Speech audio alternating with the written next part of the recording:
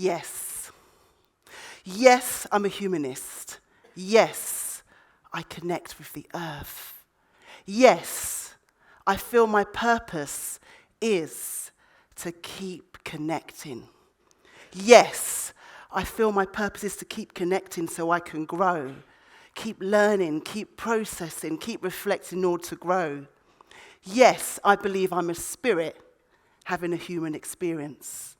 But yet, at times I feel pressure. I feel underrepresented at times, a sense of feeling judged, a sense of feeling othered, a sense I don't belong. It started with a label. I'm going to take you back to my school days. Picture this, a young black girl with cane row in her hair, of a majority of white boys and white girls. No black or brown teaching assistants, no black or brown teachers. I love to draw and I love to doodle. I want you to think about this young black girl in this all-white environment. As I look back to this quite white working class area, and I absorb and take myself into this energy, I remember that I used to just love getting lost in stories. I got lost in the whole imagination and the excitement of stories, and I loved reading alone. But there's one thing that I didn't like, and that was reading out loud. Whenever I read out loud, I would get clammy hands, and I would get really, really hot. And I'd get a little bit of anxiety and think, oh my God, I don't want to read out loud because they're all looking at me. And then I would just want to escape and just lose myself so I could read on my own. But I did struggle whenever I read out loud. I struggled with my words and I would stutter a little bit. My teacher was very concerned and turned around and labelled me dyslexic. When I was labelled dyslexic, I felt this kind of sense of not belonging. I felt like I wasn't good enough, and it really affected my confidence. And now there's not as much, back then there wasn't as much research as there is now for me to hit back on. Outside of school, I loved to dance. I loved movement, and I loved drama. And I just immersed myself in the movement. Whenever I danced, I felt like I was in my own world, a sense of freedom, a sense of love. I just loved it. I loved to dance. And I also loved drama. And when I did drama, I used to learn my lines really, really, really quickly so I wouldn't have to go through the process of reading out loud. I had to know my lines. Performing arts saved me. It helped me to build up my confidence, and it helped me really to connect. So even though I had this label of dyslexia, I went on and I progressed to university. And when I was at university, I wrote an essay, and I did very, very, very well. And I went up to my teacher, and I said, the grade can't be right, because I had no kind of confidence in my academic abilities. I thought, this can't be right. You know, I'm dyslexic. There's no way that this is my grade. Teacher turned around and said to me, it was a really well-written essay, but I couldn't accept it. Teacher took me aside and said, Tanya, I want you to do a test. So I did a test. When I did a test, I discovered that I wasn't dyslexic.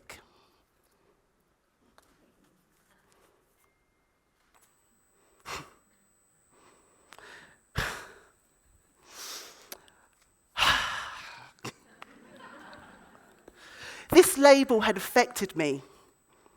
This label had affected my confidence for the last 6 years of my education. It had affected my performance. It was such a relief to find out that I wasn't dyslexic. And I teach drama now. As an adult, I teach drama. And I hate this whole idea of labels. When I teach, I can see the labels on the register. I can see dyslexia, I can see ADHD. You can see all these labels. But I thought, I'm going to forget about these labels. I just want to connect with the child. I want to connect with the person. I want to see what that child's about. And I want to put the label to one side because I knew for myself how a label can affect me. Maybe if my teachers knew then what I knew now, they would have treated me different. Maybe they wouldn't have judged me. I want to explore this idea of labels. Why now? Why so many? I'm not going to stop listening. I'm not going to stop challenging labels. Why labels? Why now? Why so many? Why so many? We have so many labels, and it's just too much. It's almost overwhelming. I feel that labels can influence our opinions or enhance our opinions on others. It's so insightful because I do feel like labels can affect our confidence. Misdiagnosis can affect one's growth. My label started when I was young, but then it grew, and it grew, and it grew, and it grew. At college and university, I felt comfortable to play any role, from Molière to Shakespeare. Then I entered the world of casting, the world of bias, gender bias, racial bias, heuristic bias, ageism bias, conformity bias, doodle bias, dyslexic bias, bias on anything, the list goes on. And when we think about this whole idea of bias and what I have experienced, it really can affect people. I have experienced being ignored when I've made a valid point.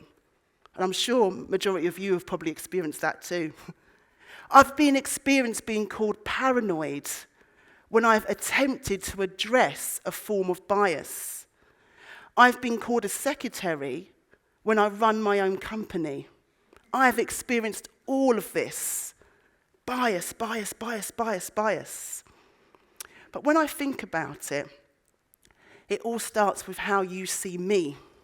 Because when you look at me, you see a black female. Look at me. Black female. Black female, black female, black female. This is repeated and repeated and repeated. But let's look at those two words, black and female. Both associated. Thank you very much, darling.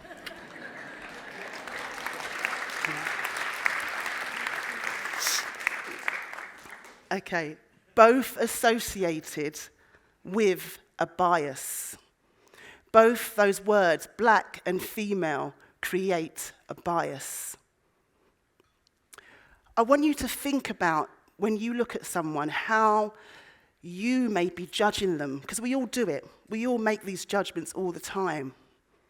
And when you look at that, I want you to explore that, and I want you to look deeper. Because I feel that when we start to look deeper, we can see things from a different perspective. I started to understand that this word bias could mean limitations. But then I could hear my mother's voice saying to me, do not allow the bias to consume you. Rise above it, connect with the people around you, and you will flourish. I thought about that. I thought about that connection. Because that's what it's about, yeah? Connecting with people, connecting with each other. If we just push that bias, leave the bias at the door, we can think about how we connect and how we can flourish together. I often hear people say, and we all hear it, It's because I'm black. It's because I'm female. It's because I'm gay. It's just because. We hear that all the time. It's just because. Maybe it is because. Have you ever thought about that? Maybe we're so consumed with this whole idea of bias that the bias becomes a routine. And this routine is judgment, but just becomes unconscious, but almost normalized, because we normalize things. As humans, we make judgments. We make judgments every day.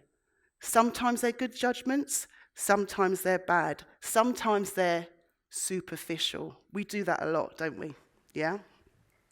But when we see each other, we judge them. So today you're looking at me. We've addressed the black female, let's address the rest. So when you see me, you see my colour, you see my gender, you see my size, you see my dreadlocks. Now, I see me. When you talk to me, you hear me. When you get to know me, you value me. The knowing is key. Just think about that. I love that line. I just have to say it again. The knowing is key. Coming back to labels and how they impact us, moving forward, I just want us all to, rather than look at the labels, celebrate the human being, celebrate the person that's in front of us. I was put in box of the polite doodler. You know, I was put in that box of the polite doodler who wasn't concentrated in class. What if we thought about who, as a collective, we are going to label today and how that's going to impact another person? But then stop and think.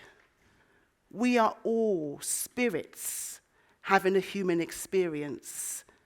And we are here to connect together and to flourish.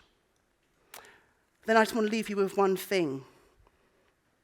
Because I feel a sense of responsibility to speak my truth, share this awareness, and speak to my difference. Thank you.